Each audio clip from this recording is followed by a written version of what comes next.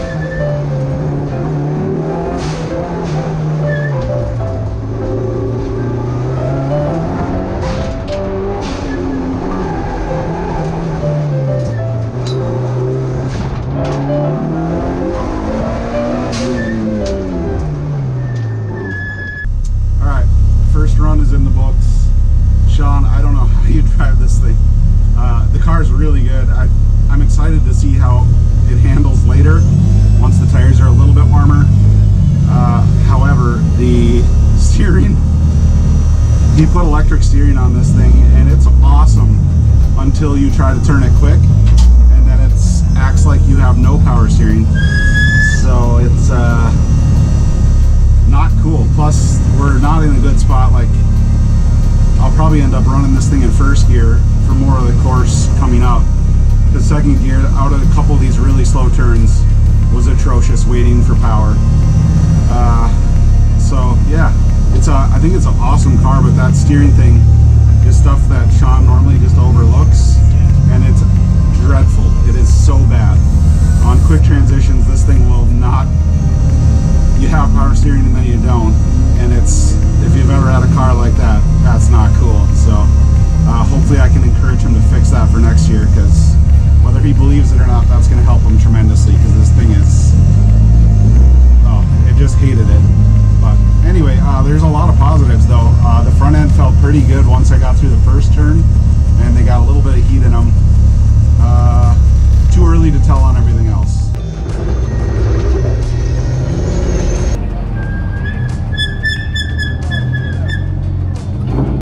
The loudest brakes I've ever heard in my life.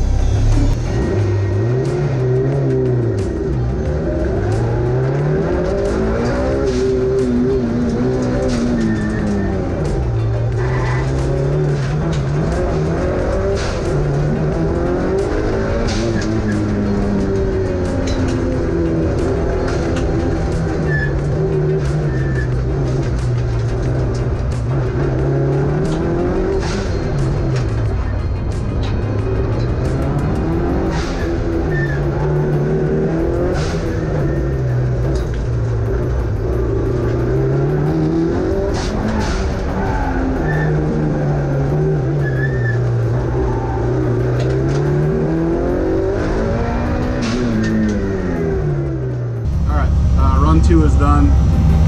We got a cone on both of them, first and second run. The car's really fun except for the steering.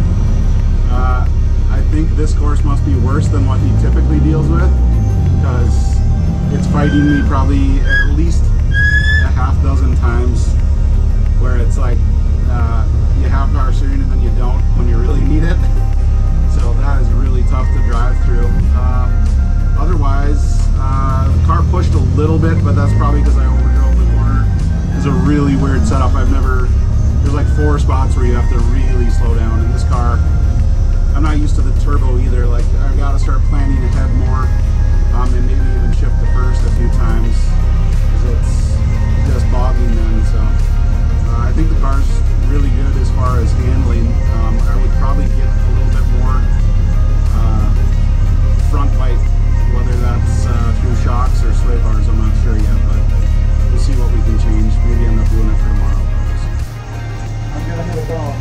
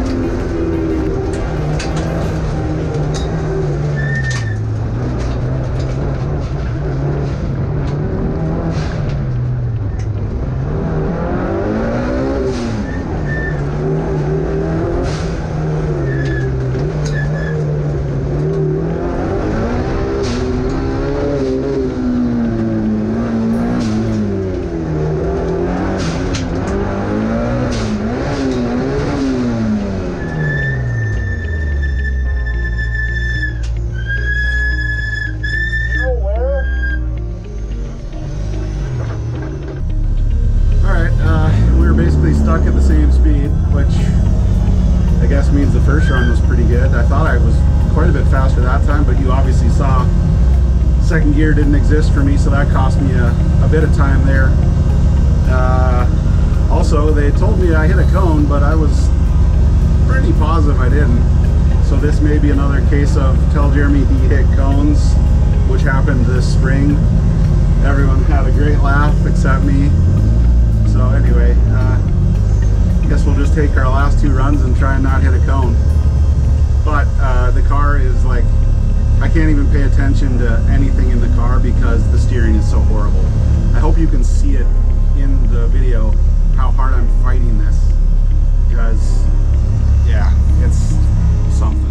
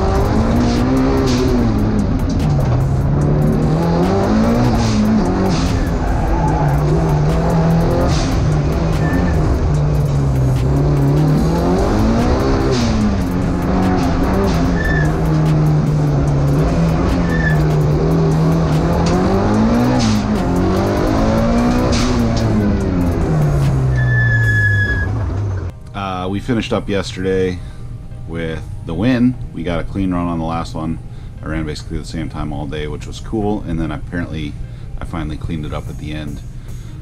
We made some changes for today, and we will, hopefully it'll be dry enough we can go out and try those out and see what Shawn thinks of the setup changes. I don't think it'll even be enough, but we did make pretty drastic changes, so we'll see.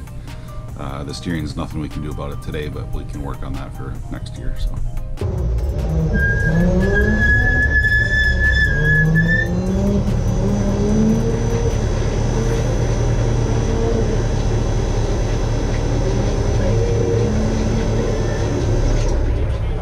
Oh no, hold up.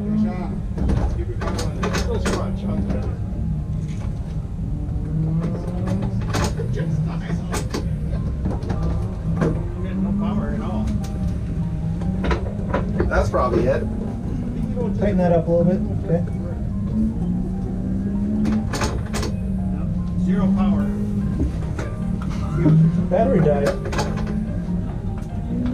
Let's push you back. Yeah, let's push it back.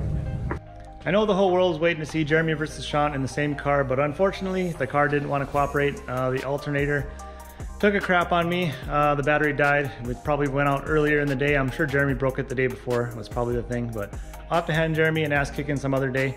We learned a lot from the car, the setup. We did do one run. I got one run in with the new setup.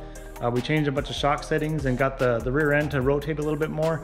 It did feel a little bit better, but it would take some getting used to on the track. Unfortunately, it is October and we do live in North Dakota and it's starting to get pretty cold outside. So I'm not sure if we'll be able to finish the video. If we can find a local autocross somewhere soon, we might be able to go do the rest of the video, but unfortunately for right now, this is all I'm gonna have to leave you guys with. We do have a new alternator ready to put in the car. They're not easy to install. If you've ever done one on an Evo, you have to take the whole axle out and that type of stuff. It's underneath the intake manifold. It's kind of a pain in the ass. So we'll see you guys next time. Thanks for watching.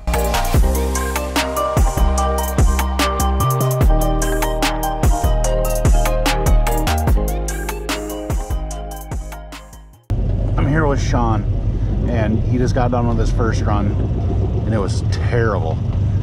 He's about to go again, and I said, hey man, you need to gain at least 2 seconds just to get to first.